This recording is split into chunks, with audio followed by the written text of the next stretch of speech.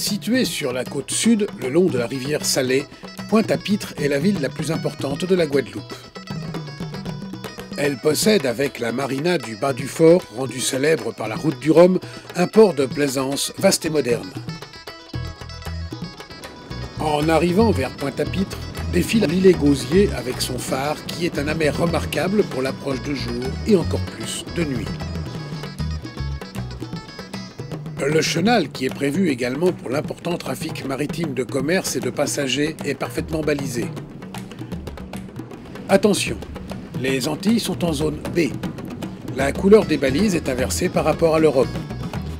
En entrant, il faut laisser les rouges à tribord et les vertes à bâbord.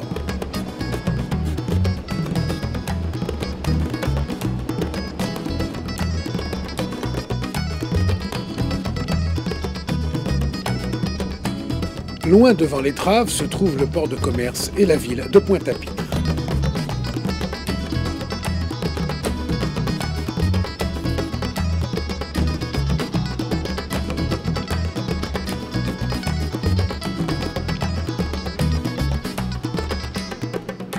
Avant l'entrée de la marina du Bas du Fort se trouve une zone de mouillage sur ancre où il peut être difficile de se placer en période d'affluence.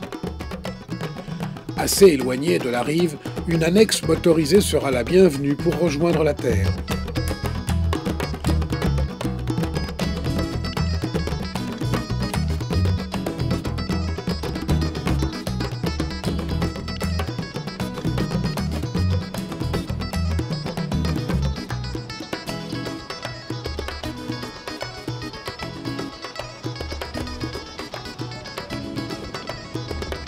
Située sur une sorte de petite presqu'île, la marina du Bas du Fort possède tous les services d'un grand port de plaisance avec une vaste zone technique qui s'étend sur 10 000 m².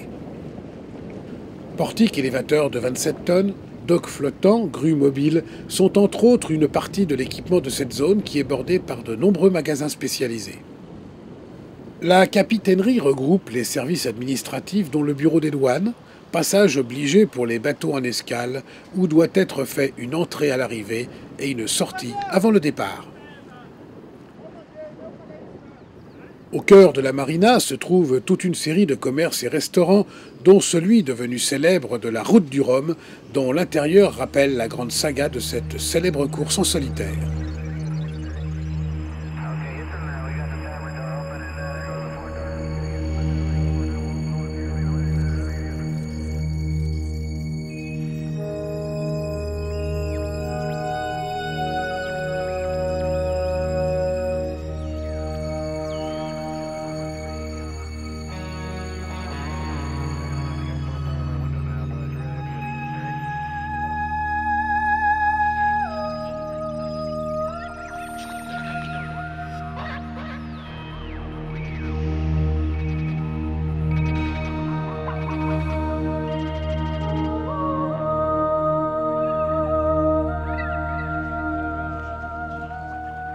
La marina se prolonge plus loin par le lagon bleu qui comprend une série de villas avec appontement privé, puis une série de pontons proches de la zone résidentielle et hôtelière du Bas du Fort.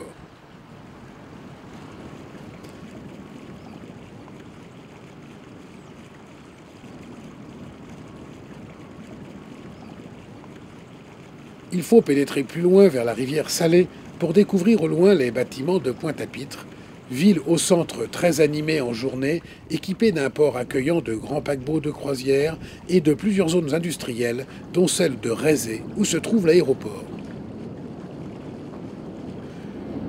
En 1654, un Hollandais nommé Peter s'installe sur un éperon rocheux qui prit alors son nom. Certains pensent que c'est la déformation de la Pointe à Peter qui donna le nom de Pointe-à-Pitre. D'autres pensent que c'est la déformation du nom espagnol pita ou pitera, arbuste que l'on trouve sur les rivages marécageux.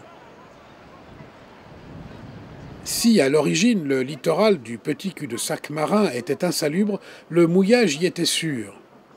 En outre, la proximité immédiate de la rivière Salée donnait une ouverture maritime vers la Grande Terre, riche en plantations sucrières. Pointe-à-Pitre devint rapidement une étape commerciale incontournable. L'architecture hétéroclite du centre-ville tient aux différentes reconstructions entreprises par les habitants, essayant de s'abriter des vents, des cyclones ou de se prémunir des agitations de la terre.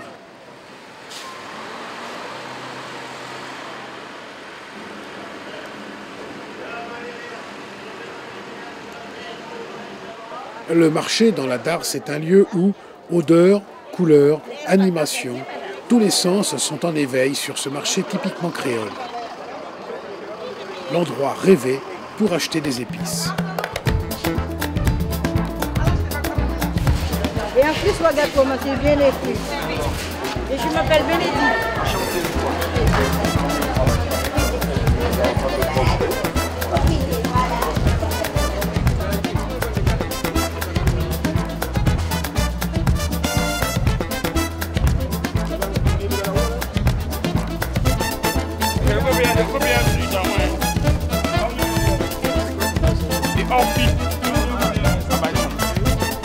Nous ici on appelle ça bois royal. Vivano grande gueule. Ok. C'est une variété de Vivano telle ronde. Voilà. Bourrette. Ça ressemble à la dorade de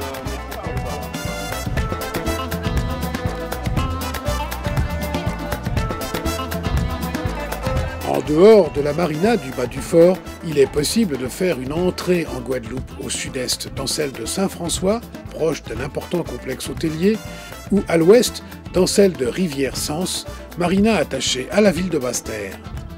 Une multitude de petits mouillages sont accessibles, principalement situés le long des côtes de Basse-Terre, à l'ouest de l'île, ou le long de Grande-Terre. Avec ces deux îles distinctes, la Guadeloupe possède une grande variété de paysages et de lieux à visiter. Si 8 jours sont nécessaires pour tout voir, il faut au minimum 2 jours pour découvrir les sites les plus remarquables de l'île.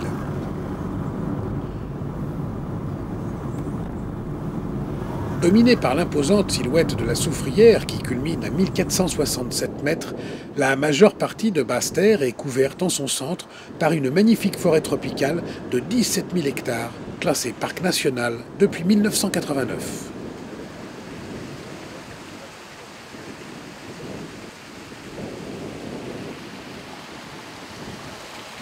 Riche d'une nature d'une exceptionnelle beauté et d'une multitude de sites tels les chutes du Carbet, le parc comprend de nombreux itinéraires de randonnée balisés de difficultés différentes.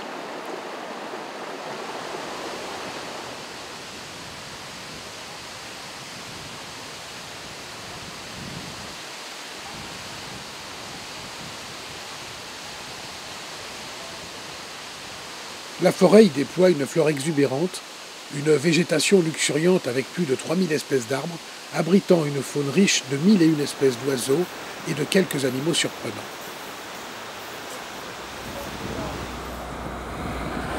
C'est le long du littoral que sont réparties la plupart des communes sur les côtes atlantiques et caraïbes.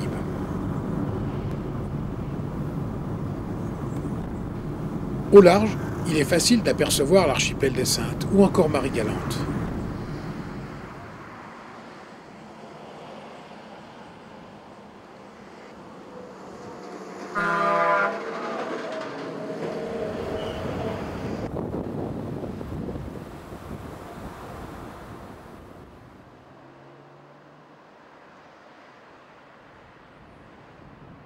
La ville de Basse-Terre a été fondée en 1643 par le gouverneur Charles Houel et détruite plusieurs fois par les guerres franco-anglaises. Le port de Pointe-à-Pitre, plus facilement accessible que celui de Basse-Terre, va connaître un rapide développement économique aux dépens de Basse-Terre. En 1976, la ville est évacuée ainsi que toute la région sous la menace d'éruption du volcan La Soufrière.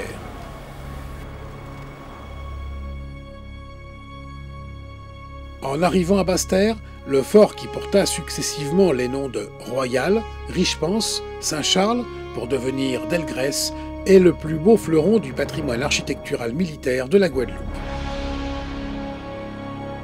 À l'origine, sur son emplacement actuel, fut édifiée la maison particulière du gouverneur de l'époque, Charles Houel, et destinée à se protéger des Indiens caraïbes. Cette demeure abritant à la fois les fonctions administratives et de défense servit de lieu de naissance de la ville de Basse-Terre. C'est dans cette enceinte que se réalisa en 1802 l'une des plus belles pages de l'histoire de l'île.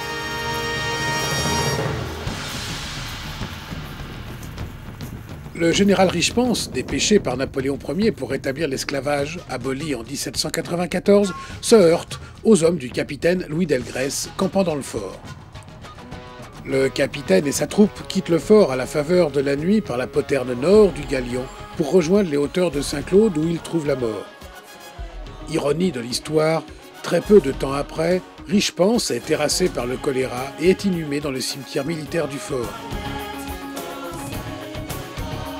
Il y rejoindra entre autres l'amiral Gourbert, qui donna son nom à la commune limitrophe de Basse-Terre.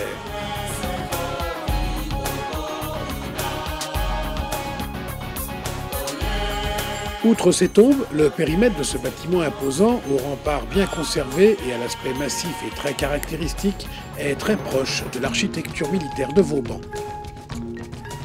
Les bâtiments et casemates servent aujourd'hui de lieu d'exposition.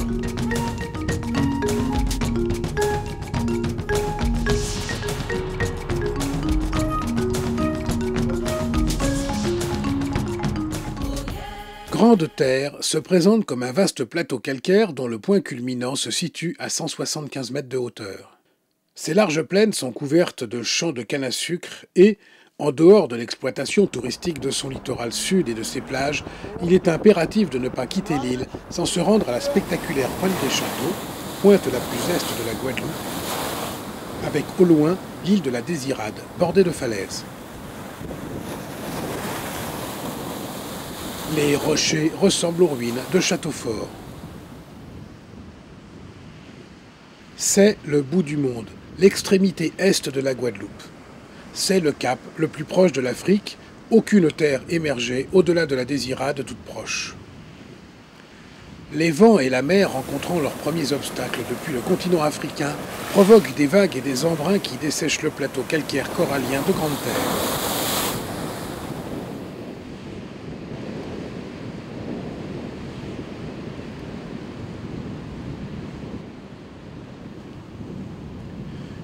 C'est un lieu où les lumières du matin comme celles du soir sont magiques.